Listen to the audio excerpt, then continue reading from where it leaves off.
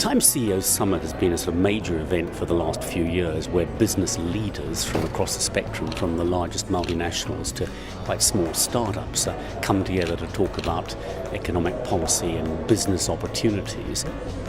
I've been for 2 years running now to the CEO Summit, and what is brilliant is to get such a deep insight into each sector. When you do have all the CEOs together, there is a level of focus and intent and cross-referencing on issues that is actually at a very high level and a very important one. Politicians, George Osborne, Ed Balls, people like that, David Cameron last year, come to these events, and it's a great opportunity to influence their thinking, but also to hear from them about how they see business opportunities and what we can expect over the next few years.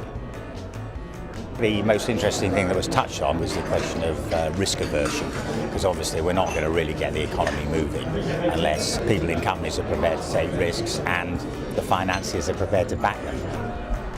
We're going to have an interesting debate about whether the UK's current energy policy is working and has much success of working in the future.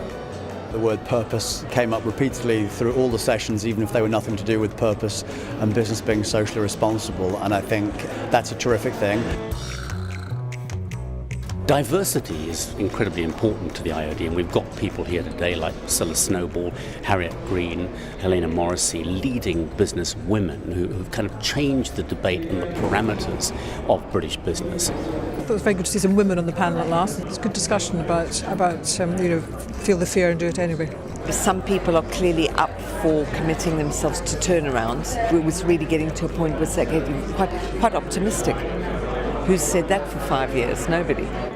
There's almost a sense of optimism for the UK market and UK business, and some of the discussion around the opportunity for Britain in the whole area of creativity. I mean, this is the most creative place in the world with some of the most creative people in the world. I thought that was a very positive thing.